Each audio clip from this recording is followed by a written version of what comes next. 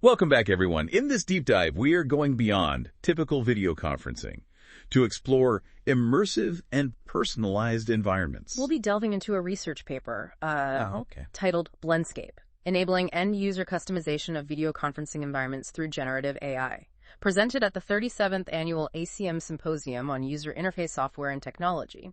Okay, so kind of a mouthful, but Yeah.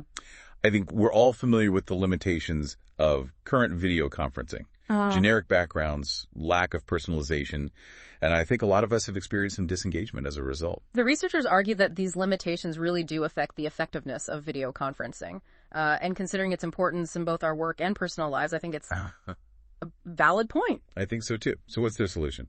Well, their solution is BlendScape. Okay. Envision a video call where your background seamlessly blends into a shared themed environment, customized in real time, eliminating the need to select from a preset collection of stock images. So no more awkward virtual backgrounds. Got it. The truly innovative aspect of BlendScape is its use of AI, specifically generative AI, to achieve this real-time customization. But it's not just simply replacing your background. Right. It's intelligently integrating your physical or virtual space into a shared environment. And how does it accomplish this? What's the magic behind it? That merging you mentioned earlier is achieved through in-painting. In-painting. Yes, a technique similar to AI tools that fill in missing parts of an image. BlendScape employs in-painting to construct a unified environment while preserving elements of each user's real world, ensuring they remain connected to their surroundings while inhabiting a more imaginative and engaging space. So it's not just replacing my messy office, it's enhancing it. Precisely. That makes sense. Yeah. Now, besides the background blending, what other capabilities does BlendScape have? Well, BlendScape also facilitates what we call image-to-image transformation, allowing you to upload an image and have the system completely restyle it. Imagine transforming your living room into a futuristic cityscape, all while on a call. Okay, so now we're talking about some pretty impressive visual transformations. Yeah. It sounds like the possibilities are almost limitless. The possibilities are extensive. The paper provides some really compelling examples, such as two designers collaborating remotely, their physical sketches merging into a shared design studio environment. Oh, I see. So they can reference and gesture toward real-world sketches during the virtual meeting. Yeah. That's much more interactive than just looking at digital files on a screen. Precisely. Another scenario they highlight is remote education, where a professor utilizes BlendScape to create a virtual classroom that adapts to various activities. Students can gather around virtual tables for small group discussions and then seamlessly transition to a lecture-style layout, all within the same environment. Wow, it's as if the best elements of physical spaces are transported into the virtual realm, creating a more engaging and dynamic learning experience. Indeed. They even explore scenarios, storytime with family, where a grandmother and granddaughter use BlendScape to transform their call into a shared fairy tale world, strengthening their emotional connection through this shared imaginative space. That's really heartwarming. It's not just about visuals. It's about leveraging technology to enhance creativity and connection in very meaningful ways. That's exactly right. And one of the things that sets BlendScape apart is its incorporation of multimodal interaction. Okay. Users can input text prompts to specify the meeting activity or theme. So, for instance, you could input that it's a brainstorming session for a new product design. Exactly. And the AI would generate a suitable environment based on that information. Wow, so the system is really working with you to create the ideal setting. What about those of us who are more hands-on? Can we actually manipulate the environment ourselves? You certainly can. In addition to text prompts, you can directly manipulate elements on screen, repositioning and resizing them to fine-tune the environment to your liking. I like that level of control. So the AI does the heavy lifting, but we can tweak it to our liking. Now, this is where things get really fascinating. The paper mentions that BlendScape actually utilizes GPT 3.5, the language model behind ChatGPT, to assist in generating effective prompts. So we have AI assisting AI in crafting this optimal video conferencing experience. That's pretty amazing. It is quite remarkable. GPT 3.5 enhances user prompts with contextually relevant keywords, resulting in more accurate and visually appealing outcomes. That's pretty impressive. But we have to be realistic here. Of course. Generative AI isn't perfect. There's always a chance it could produce something that is a little strange or distracting. Have the researchers addressed this potential issue? You raise a valid point. And yes, they do acknowledge the possibility of unrealistic or distracting visuals. Okay. For instance, the AI might generate content that is illogical or excessively cluttered. They emphasize the need for user control to mitigate such issues, making sure the final environment is something you're comfortable with. That's reassuring. It's a powerful tool, but ultimately we as users should retain control over our virtual environments. Now, customization, even with AI assistance, likely requires some time and effort. For a quick work meeting, spending 10 minutes crafting the perfect virtual environment might not be feasible. That's a legitimate concern. While the initial generation of an environment is quick, fine-tuning it to perfection can be time-consuming. The researchers suggest pre-meeting customization might be more efficient for certain situations, so you can set the stage beforehand and avoid any last-minute scrambling. That's a good point. Planning ahead, especially for important meetings, could save a lot of time and ensure everyone is on the same page visually. So while there are challenges, the potential of BlendScape is pretty exciting. I agree. Imagine system-driven adaptations where the environment dynamically transforms based on the conversation. That's an intriguing concept. Imagine the environment subtly changing to reflect the mood or topic of the conversation. Almost a visual representation of the flow of ideas. Or even asymmetric environments where each user can personalize their experience while still maintaining a shared space. So I could have a calming nature scene while you have a bustling cityscape, yet we'd still feel connected within a unified virtual meeting room. Those are compelling possibilities. I think this really highlights the vast potential in this domain. BlendScape provides a glimpse into a future where video conferencing transcends simple video and audio transmission. It becomes a truly immersive and interactive experience, tailored to individual needs and the specific purpose of each interaction. And this brings us to a crucial question for you, our listener. If you could design your ideal video conferencing environment, what would it look like? What features would be most important to you? Think about that for a moment. We'll delve deeper into these questions and more in just a bit. Now, it is important to note that the researchers didn't just speculate about these possibilities. They conducted a user study with 15 frequent video conferencing users to gather feedback on how people would actually use a system BlendScape. So they got some real-world feedback. That's great. What did they find? Were people generally on board with the idea? The response was overwhelmingly positive.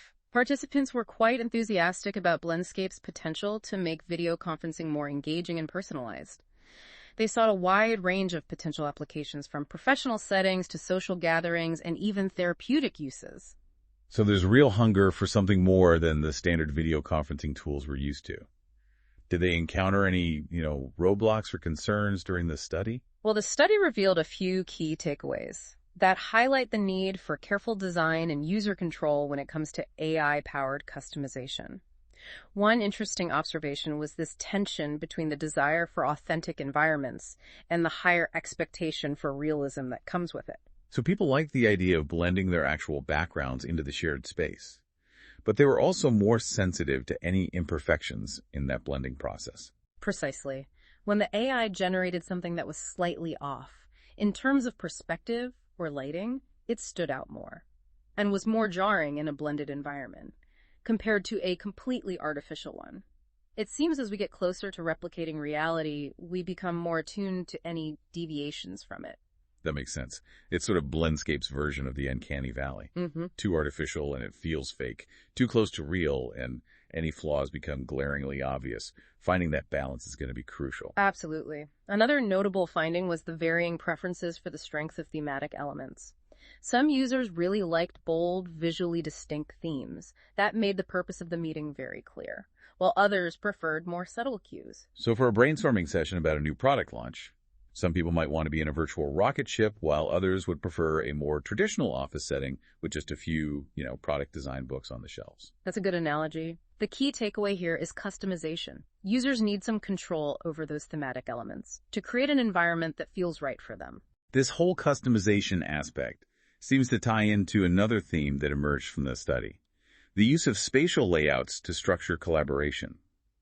People were drawn to the idea of arranging themselves and others within the environment to reflect the goal of the meeting. That's right. It speaks to the power of spatial metaphors in communication. Just as we position ourselves differently in a physical space, depending on whether we're having a casual conversation or giving a formal presentation, BlendScape allows us to do the same thing virtually. So for a team meeting, you might arrange everyone around a virtual conference table. But for a more relaxed brainstorming session, you could spread people out in a virtual park to encourage a more free-flowing exchange of ideas. Exactly. But the study also highlighted a challenge in actually achieving those spatial layouts. BlendScape doesn't always generate environments that work well with where the users are already positioned in the scene. Sometimes users had to manually reposition themselves or others to make the layout functional. That sounds a bit clunky. I can imagine it getting frustrating if you're trying to quickly set up a meeting with a specific layout in mind. The researchers acknowledged this and proposed some potential solutions, like using AI models that can detect and understand human poses to generate furniture layouts that complement the user's positions. So the AI could sense that I'm standing near a whiteboard. Yeah. And automatically generate a virtual whiteboard in that spot, making the environment feel more responsive and intuitive. Precisely. It's about making the transition between the real and virtual worlds more seamless, using AI to anticipate our needs instead of forcing us to constantly adjust to its limitations. All of this suggests that BlendScape, while incredibly promising, is still a work in progress. Indeed. There are technical hurdles to overcome, and the user interface and interaction paradigms need further refinement. Of course. However, even in its current state, BlendScape offers a glimpse into what's possible. It challenges us to reimagine what video conferencing can be, and to explore how we can use AI to make our virtual interactions more engaging, more personal, and ultimately more human. As we continue our deep dive into BlendScape, let's remember those thought-provoking questions we posed earlier. What aspects of your physical space would you want to bring into that virtual environment? And how would you use AI to really amplify your communication and make collaboration even better? You know, one thing that's really compelling about BlendScape is it's not just focused on creating a visually stunning environment. It's actually trying to solve real problems that we face with video conferencing today. Right, like one big issue with video conferencing is this lack of spatial awareness. Yeah. We're basically just talking heads floating on a screen. Mm-hmm. And that makes it really hard to pick up on social cues and have natural interactions. It can feel we're talking at each other instead of with each other. Exactly. But the researchers found that by placing users within a shared, spatially consistent environment, BlendScape actually created a stronger sense of presence and made communication feel more natural. It's almost as if the environment itself becomes part of the conversation, helping to bridge that gap between the physical and the virtual. So it's not just a backdrop. It's an active element in the interaction. That's really interesting. This idea of spatial consistency ties into one of the design strategies that BlendScape aims to support, and that is the use of proxemic metaphors. Proxemic metaphors. Yes.